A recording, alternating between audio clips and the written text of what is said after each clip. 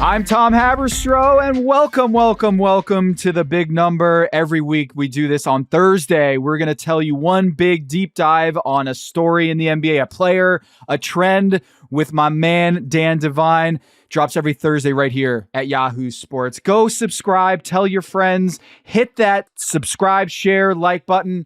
Go give us a review. Tell your friends, tell your family members.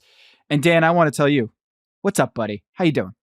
I'm doing great, Tom. Happy New Year to you, and Happy New Year to all our little numbers out there.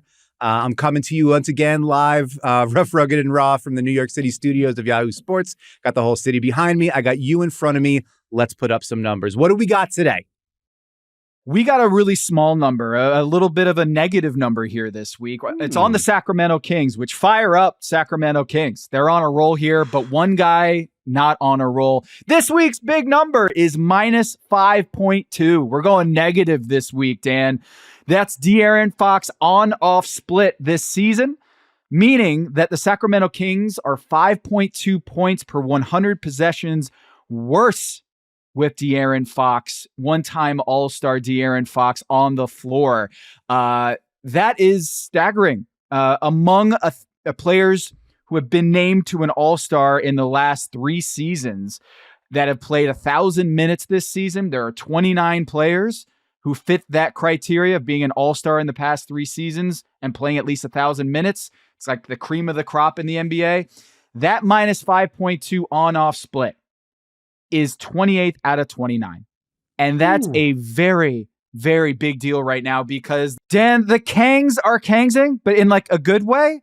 And the last 2 games, De'Aaron Fox has not played, and they've been awesome, especially when it comes to Keon Ellis, who has been inserted into the starting lineup and doing everything from the point guard position. DeMar DeRozan looks better. Domantas Sabonis looks better. Everything starts to look better without De'Aaron Fox, who, by the way, has not signed an extension with the Sacramento Kings. His agent, Rich Paul, visiting with the front office. And then short time after that, whether it's connected or not, Mike Brown is let go. Very ominous things happening around the Sacramento Kings. But right now, the good news is also putting this kind of cloud around De'Aaron Fox.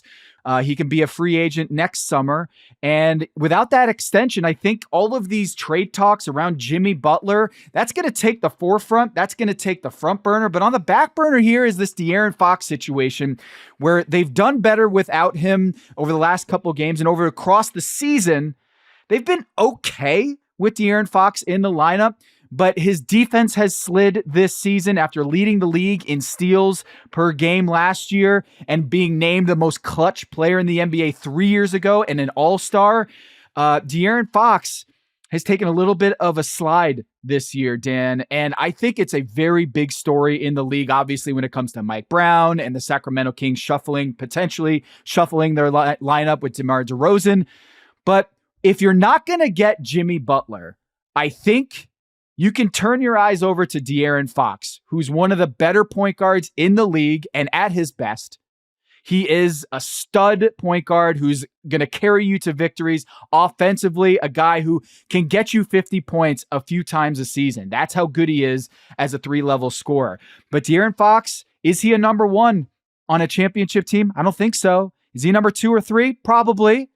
And when you're an NBA team looking for a star player, he might be the biggest fish on the market if Jimmy Butler can't find a landing spot. So, Dan Devine, I'm sitting here and asking you, do you think the Sacramento Kings should keep De'Aaron Fox through this trade deadline? Or do you think that minus 5.2 on-off swing is indicative of a team that should move off of De'Aaron Fox and get some better replacements that fit better with this team that can raise that floor and raise that ceiling behind DeMar DeRozan, Domantas Sabonis, and of course, Keon Ellis, who's been looking like a star out there? Listen, you're not going to get any argument from me about Keon Ellis. We'll get more into some of the little numbers later with Keon Ellis, but there's been a rough patch of road in Sacramento this season, and a team that it's built around multiple guys who might not be like the number 1 star, but they all sort of fit together. But then how do they fit together? There was some success a couple of seasons ago, but then adding a new piece in made it more difficult to figure it all out. I think about Minnesota, and I think about how some problems got solved in Minnesota, but then new problems arose financially. And so the answer to it was trade away Karl Anthony Towns. And now there's new problems, right? And so in Sacramento doesn't necessarily get to shop at the top of the free agent market. You can't get whatever superstar you want all the time in Sacramento. So if you got like an all NBA caliber player who has, been clutch player of the year and led you to, oh, by the way, the first playoff appearance in 16 years, 2 years ago, and is even now in a rocky and down season, still averaging like just under 27 points and 6 assists per game. Like the numbers are still there. The production's still there. The talent's still there. I would be a little bit reluctant to jump ahead of the things going too wrong that we got to get rid of De'Aaron Fox. Minus 5.2 this year, but in the years past, it was +9 last season, +3 the year before that. We've seen De'Aaron Fox have a meaningful impact on winning in Sacramento the last couple of seasons. I think it might be reasonable to look at it and say there might be some other stuff going on or some other factors leading into why things have been a little bit shakier in Sacramento. And also the possibility, and we could talk about this a little bit later, that what's up in Sacramento might be a little bit more noise than signal. I'm wondering a little bit about whether the Kings, as presently constituted, might be a little bit better than 18 and 19, and whether some of what we've seen in the early season, that this shakiness that cost Mike Brown his job, might be something that might level out a little bit. So, but that's me being bullish on Fox as a prospect, as a star player, as somebody that if you're the Kings, you might come to regret making the choice to come off of him too quickly. I'm guessing that you might be a little bit more reticent about that, though. You might be a little bit more willing to go see what you could do. What do you think Sacramento could actually do if they did decide to get into the De'Aaron Fox on the market business? Yeah, I look at teams like San Antonio. I look at teams like Houston. I don't know if he's the best fit in Golden State. There's always ties between Sacramento and Golden State. I just think that when you look at De'Aaron Fox and Brooklyn too, if they want to kind of restart things in Brooklyn with De'Aaron Fox and just surround him with shooting in ways that Sacramento has really struggled to do, maybe you get a better, more downhill De'Aaron Fox, a guy who, if you build an offense around him that has spacing, maybe you just get a much healthier offensive game than what Fox is showing. And look, Fox isn't a knockdown shooter in ways that I think is a little problematic in today's NBA. When you have a point guard who is shooting 33% from downtown for his career, this year he's shooting about under 30% over his last month from downtown. It's really hard to construct a top 5 offense in the NBA when your point guard, your lead playmaker, is not able to be a strong threat in that pick and roll where you're hitting shots if they go under on screens. It's really difficult to be having plus possessions when you don't have that guy being a knockdown shooter. Maybe he does that in a more, I guess, healthier spread offense. But when you look at this Kings team, it just feels like the numbers are showing it's DeMar DeRozan and Domantas Sabonis and Keon Ellis when they are on the floor without De'Aaron Fox. What's fascinating about this team, Malik Monk in there too. When De'Aaron Fox, DeMar DeRozan, and Domantas Sabonis are on the floor without Keon Ellis, they have a minus 1.9 net rating. But if you put in Keon Ellis and you take out De'Aaron Fox out of that equation, in 202 minutes this season, according to PBPstats.com, the Kings net rating goes from minus 1.9 to plus 19. So It is pretty stark numbers. And it might just go to the impact of Keon Ellis and what he brings to the table compared to De'Aaron Fox, who, as Mike Brown has pointed out many, many times, has a bit of a focus issue sometimes, not really doing defensively what they need to have happen. Of course, the clutch mistake there at the end, right before Mike Brown got let go. This is kind of an issue for the Kings, is that they need to be better defensively. And so much of this season is on spot-up opportunities or guys who are kicking out. De'Aaron Fox gets lost sometimes defensively. That doesn't happen with Keon Ellis. This guy reminds me of a young Jimmy Butler in that he is a dog. He's a guy who's going out there playing so hard. And 48 minutes the other night, and Doug Christie's out there just like gassing this guy up, loving Keon Ellis. And Malik Monk saying to the press after 12 assists against Golden State, Doug Christie's telling reporters that he's playing as free as he's ever seen him. Keon Ellis telling about Doug Christie, saying he's giving me more rope than I had previously. And I think there's just a lot of vibes here that make De'Aaron Fox, in my opinion, more likely to move at the deadline than stay. Wow. I think it's just a situation where Sacramento likes what they're seeing right here, and they make a coaching change. And I do think that De'Aaron Fox at the trade deadline is going to be a lot more interesting or a hotter name than what we're seeing right now. So there's lots to get into here, Dan. Lots to get into. And I think right after the break, I'd like to hear these 4 little numbers that you got cooked up for me, if you're cool with that. Yeah? I'm cool with that. Before we go, though, I just want to pour a little bit of this cold water on what you just said. They might be loving what they're seeing in Sacramento right now. They've also seen the Mavericks minus Luka Doncic and Kyrie Irving in this win streak, the 76ers without Joel Embiid in this win streak, the Memphis Grizzlies without Ja Morant in this win streak. The Warriors the Warriors are in their own sort of dismal spiral right now. So Steph and Draymond played. Doesn't seem to matter. Nothing seems to matter for the Warriors right now. And then the Miami Heat without Keon Ellis 1.0, Jimmy Butler. So there is the dead cat bounce component to the Mike Brown dismissal and the Doug Christie takeover. I can't believe in 2025 we were talking about the Doug Christie takeover. I thought I left that behind with end one oversized shirts and Jenko jeans, but here we are. And there's also you've played some teams that have been, walking wounded a little bit. So the Kings are moving in the positive direction. And we're going to get into some of that with the little numbers right after this. Introducing Daily Draw, the latest free-to-play game from Yahoo Sports. Daily Draw gives you a pack of 6 prediction cards every day based on the day's biggest sporting event. Download or update the Yahoo Sports app on the Apple App Store or Google Play and join the action with Daily Draw today. We got to go 4 little numbers, and I want to hear your first little number about the Sacramento Kings and this De'Aaron Fox situation. What do you got? Well, first little number has to do with the guy that evidently you want to run De'Aaron Fox out of town on a rail to replace him with. 8.9 is our first little number today. That is how many steals, blocks, and deflections per 36 minutes Keon Ellis is producing this season. Nearly 9 possessions per 36. He's ending with a deflection, a steal, or a blocked shot. That's a pretty monstrous number, and it tracks with his defensive production last season. He sort of got into the rotation under Mike Brown a little bit at a time. 6.8 per 36 all told for the full year. He got into the starting lineup in March. Remember, Kevin Huerter had I believe it was a shoulder injury, went out for the remainder of the season. Ellis goes into the starting lineup, 7.6 combined steals, blocks, deflections per 36 after he got into the starting lineup in March. What we're saying here is Keon Ellis is a defensive event creator, a havoc wreaker, a S-stirrer. I'm not going to curse here in the work studio. He is somebody who goes on. It can be a point of attack demon. He can be an off-ball playmaker.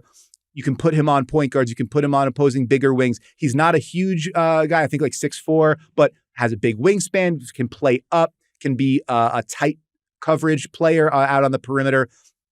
And the Sacramento Kings, you mentioned some of the defensive issues that they've had. The Kings have not been a quality defensive team for basically, we mentioned some of those things from our childhood, basically going back to that far. I think Rick Adelman was the coach the last time the Kings had an above average defense. And that's a long, long time ago. Keon Ellis is the kind of guy that can get you closer to that. He's also I think there's a lot to like about him. He's also not really a one-way player. Somebody who is, I think he's shooting 41.7% on 3-pointers. He's got a positive assist to turnover ratio. He's not De'Aaron Fox, very, on the ball playmaker, 3-level scorer, a guy who is going to take up a lot of possessions. Keon Ellis is a little bit more get in where he fits in, sort of rising tide lifts all boats. Our pal Tom Ziller had compared him a little bit to Josh Hart as somebody who isn't he might not be a dominant player, but he makes positive things happen wherever he is. What's your impression about how Ellis is impacting the game for Sacramento? And do you think there's even if we don't have a Fox trade, do you think there's a case for keeping him in the starting lineup, even if it means moving Malik Monk back to the bench? I like this look. And now you got Devin Carter in the mix. I think this team can have a really strong defensive backcourt like that. Boom. You got Keon Ellis and Devin Carter, who's a rookie who is dealing with a shoulder injury, Anthony Carter's son. I love these second-generation players where their father played in the NBA, and they just seem to overachieve in the league depending on where they were drafted. I did a big story about this for Yahoo Sports during the draft time, where continually we see guys like Domantas Sabonis, by the way, they get drafted and they always overperform their draft slot. And I think the similar thing with Devin Carter is like Keon Ellis and Devin Carter are cut from the same cloth. These guys are just, they get after it. And when you have Domantas Sabonis, who can be the fulcrum of your offense, and DeMar DeRozan, who's as good of a go-to one-on-one scorer as you'll find in the NBA, I don't think you need a lot from your backcourt in terms of shot creation. You need guys who can hit shots. De'Aaron Fox this season, 31% on catch and shoot threes. Keon Ellis north of 40%. That's what you want if you got a team with DeMar DeRozan and Domantas Sabonis. You need knockdown shooters and defenders. And those two guys, Keon Ellis and Devin Carter, I think fit the bill. So do I think that, De'Aaron Fox net is a better player than Keon Ellis? Certainly, I do.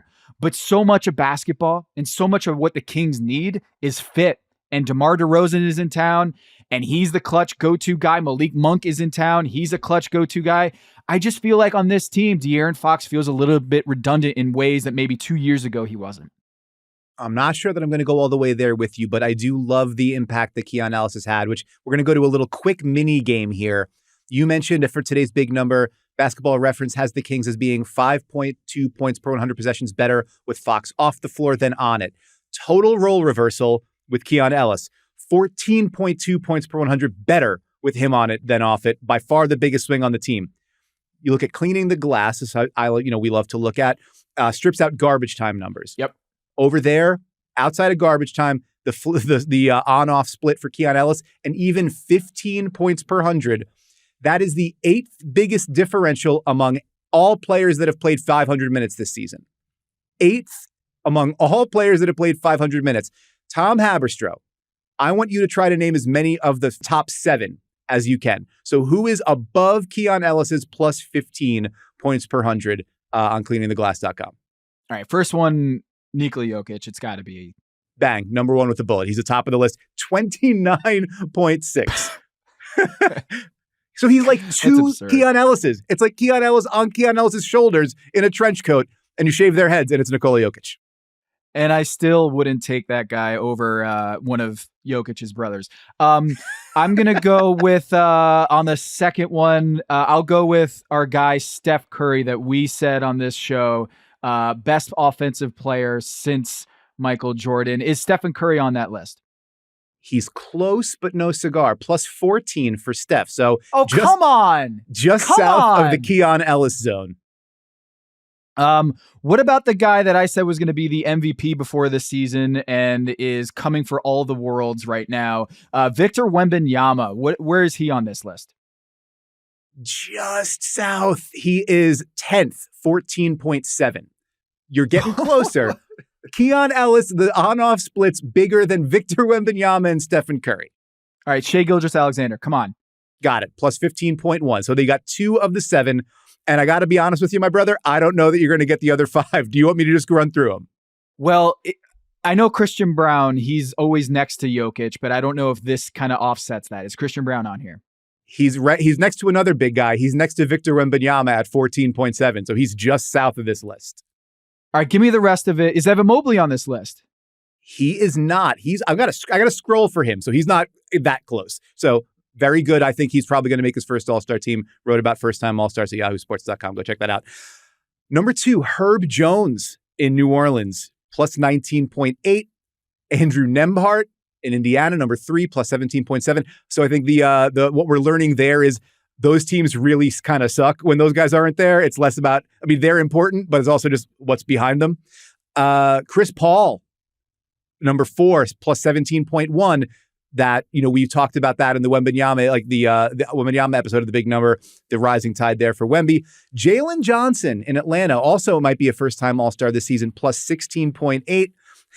Dorian Finney-Smith, trade season's legend, plus 15.5 in Brooklyn, and SGA at 15. That's it. So you're talking about 2 MVP candidates, a couple of guys where they are the linchpins of their wing defensive teams. Then when they're not there, their teams just give away the store.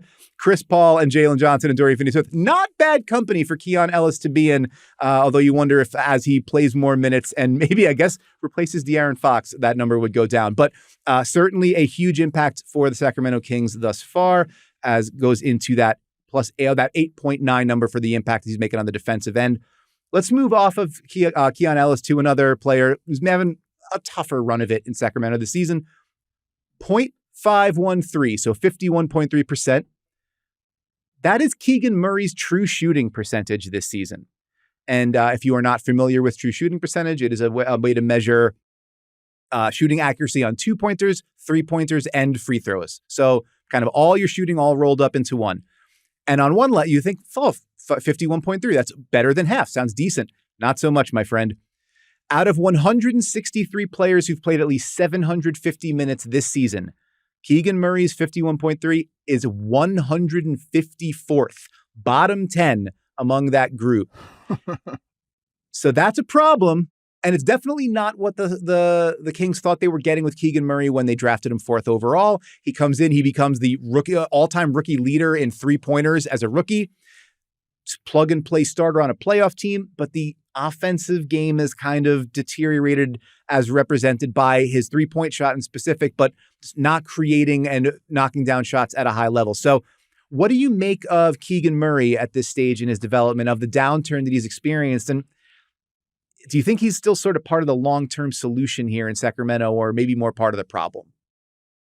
What a fascinating story he has. Just coming into the league and instantly becoming like a starter on a playoff team. And that you just rarely see that in the NBA, that a rookie can have that kind of high impact as a 3-and-D guy. But he was that for the Sacramento Kings under Mike Brown. In Keegan Murray's last 2 games, shooting 7 of 14 from downtown. He's not a high volume free throw guy. He's a guy who's going to spot up from the corners, play a little DHO.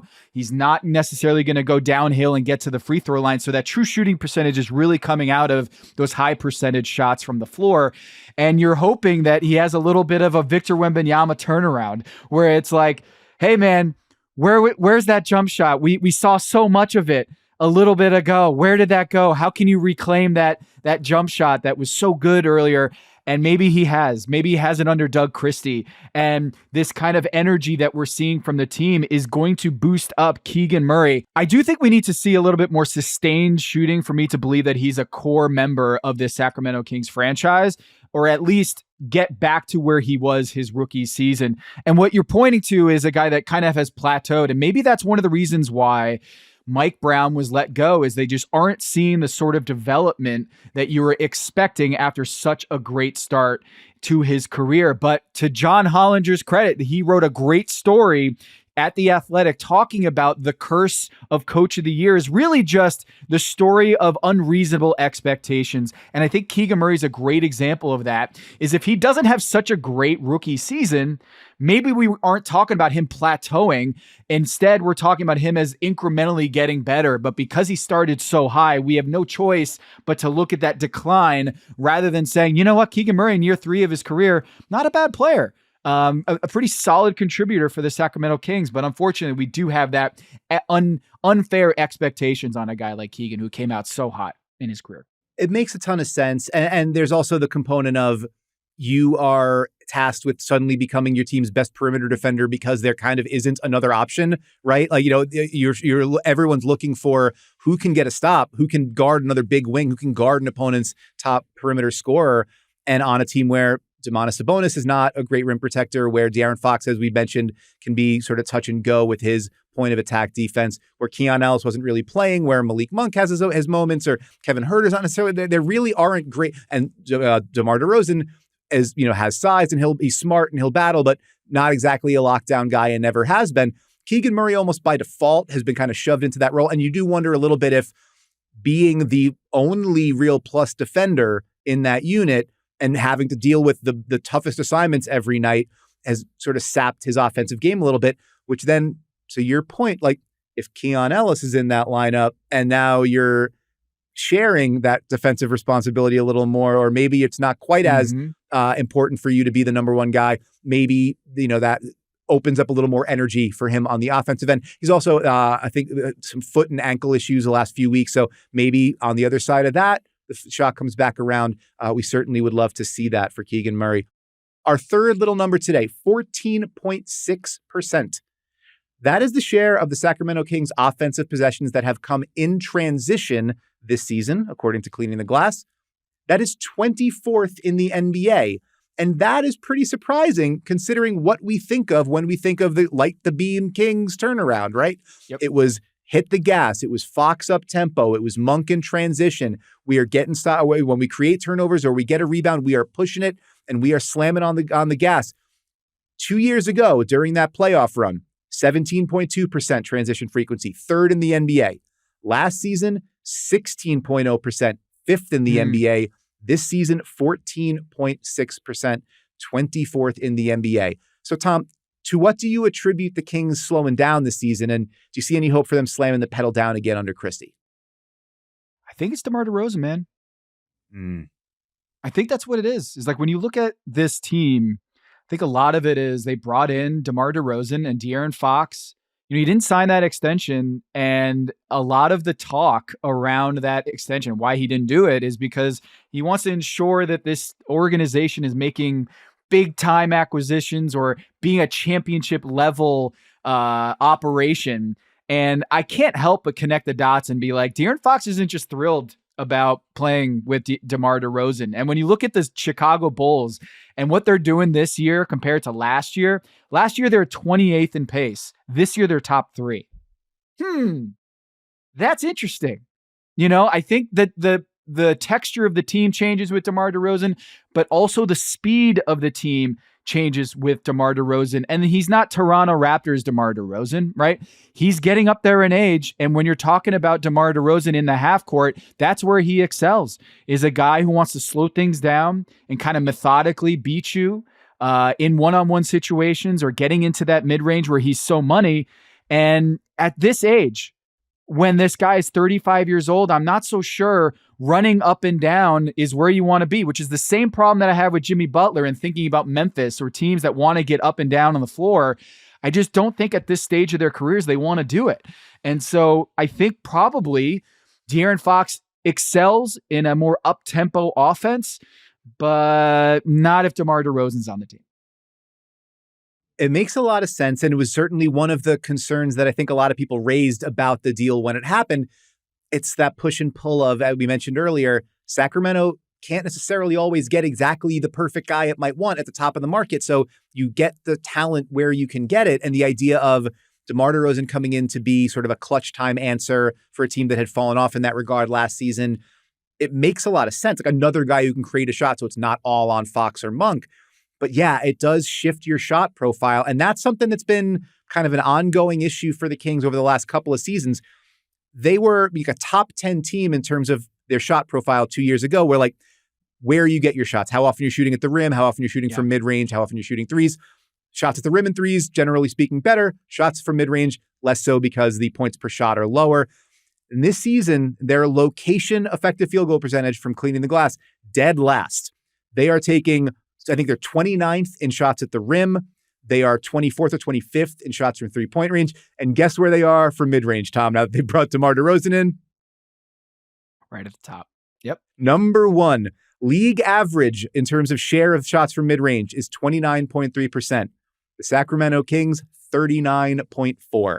10% above league average in terms of the shots from mid-range. Actually, come to think of it, it's kind of a miracle that they're a top 10 offense, given what they're, where they're taking their shots from. And that kind of gets me to the fourth little number here.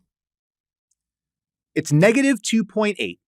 And that is the gap between the Kings' expected win total thus far and their actual win total. It's a little heady, so we'll get into this. Stripping out those garbage time numbers, the Kings have outscored their opponents by 2.1 points per 100 possessions this year. That point differential, you'd expect a team that's played as many games as Sacramento to be 21-16, 21-win team. A 21-16 record would have the Kings tied for 5th in the West. Instead, they're 18 and 19, 11th in the West. So that minus 2.8, that roughly minus 3, that's the differential between what you'd expect their point differential to be to turn into wins and where their actual record is. And some of that, it's like, how do you account for that? Some of that is they are not generating the best shots that they could. Even they're outperforming the shots that they are getting, but they're not generating the highest level offense.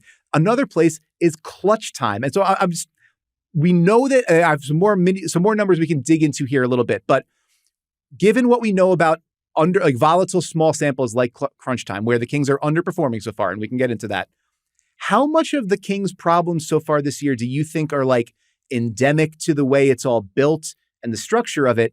And how much of it might be like the coins landed on tails a few more times than you'd expect, and this is closer to a 21-16 team than an under 500 team that might need to trade a superstar?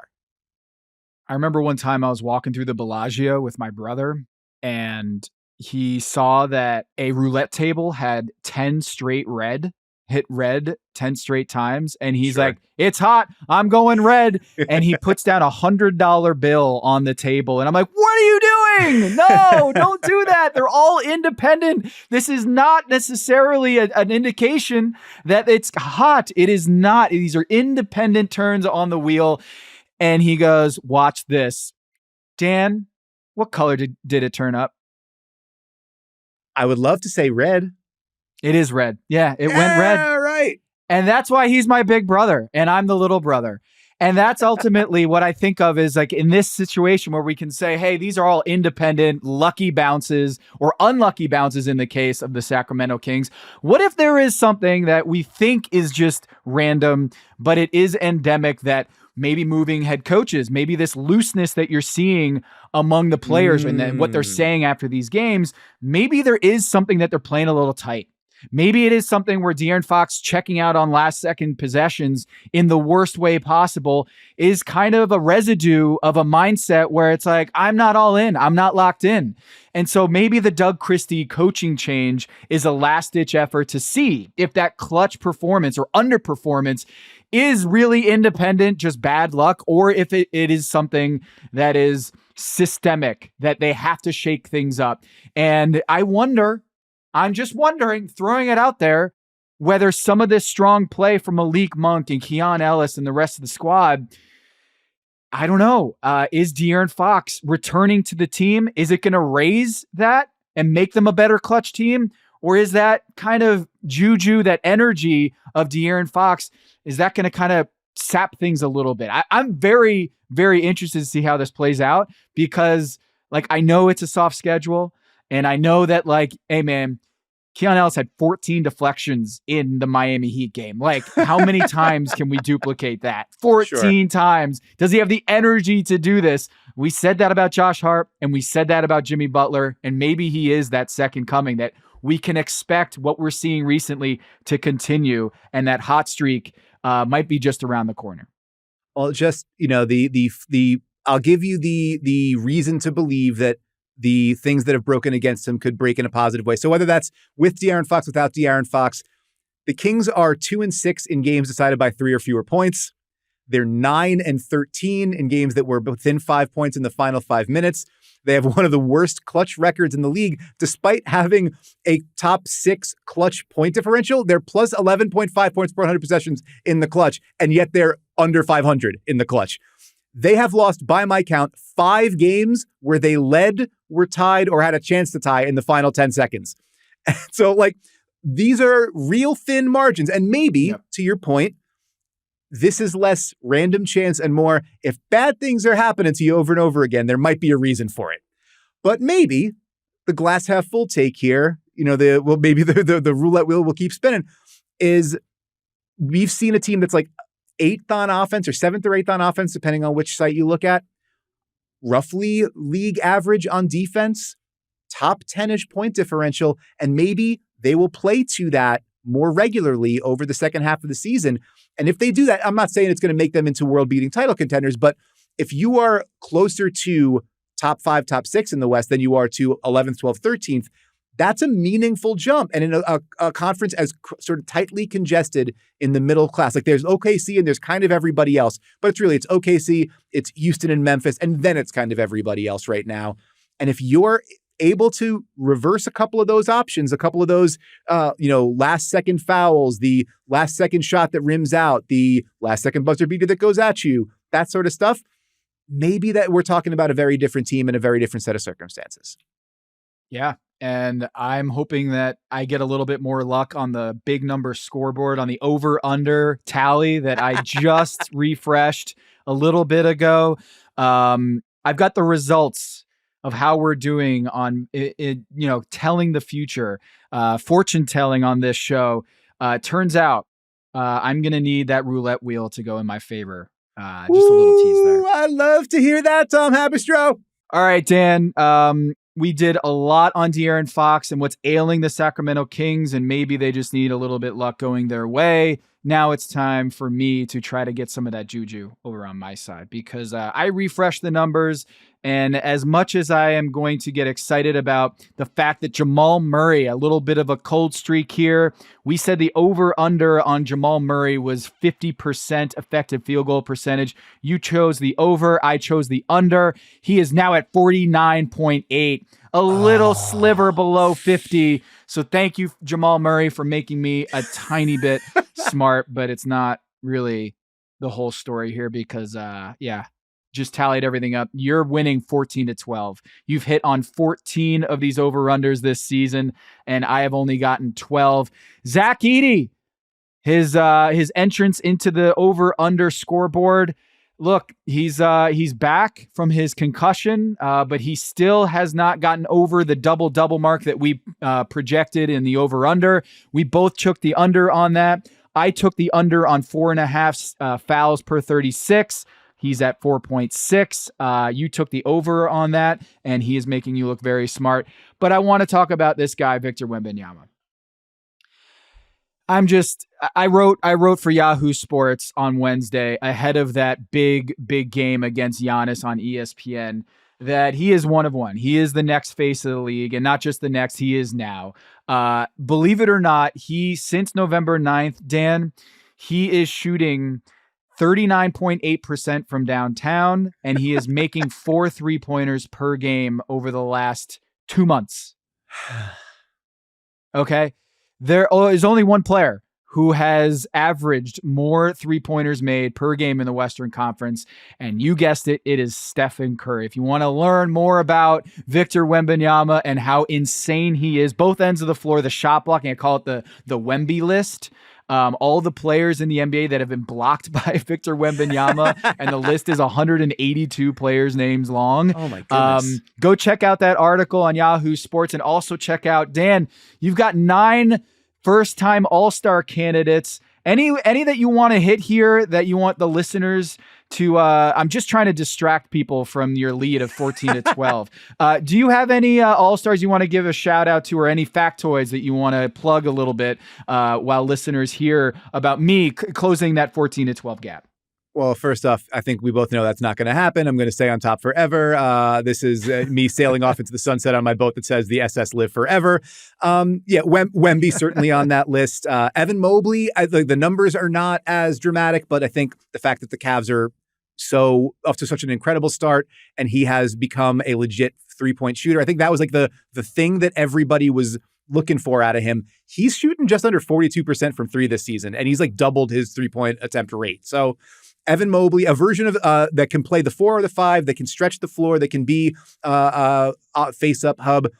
I don't know. I'm into Jalen Williams on the Thunder. I'm a big fan of J-Dub. I wouldn't say I was early on it, but wrote about him in kind of a big way last season at Yahoo Sports. Yep. Here's a fun one. He's one of 6 players in the NBA averaging at least 20 points, 5 rebounds, 5 assists, and a steal and a half a game.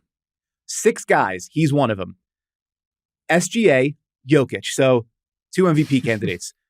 Franz Wagner, who would have been an all-star if not for his injuries. And who knows, maybe he'll still make it. Luka, who would probably be an MVP candidate if not for missing games due to injuries.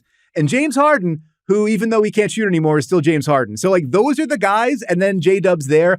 as the number 2 option, who's also been like a small ball center and an on-ball point guard defender. Like, he can do a little bit of everything, and he's doing an awful lot of it. And he's an awful lot of fun to watch and to listen to. He's a fun interview. So I think those guys are some people too who are worth watching and also worth reading about at Yahoo Sports. Come on, go time on site. We want you to click on it and then just stay there. Go do some other stuff. That's fine. But get onto the website. That's the main thing I want you to take away from this today. Also that I'm up 14-12 on Tom. I don't know if we mentioned that.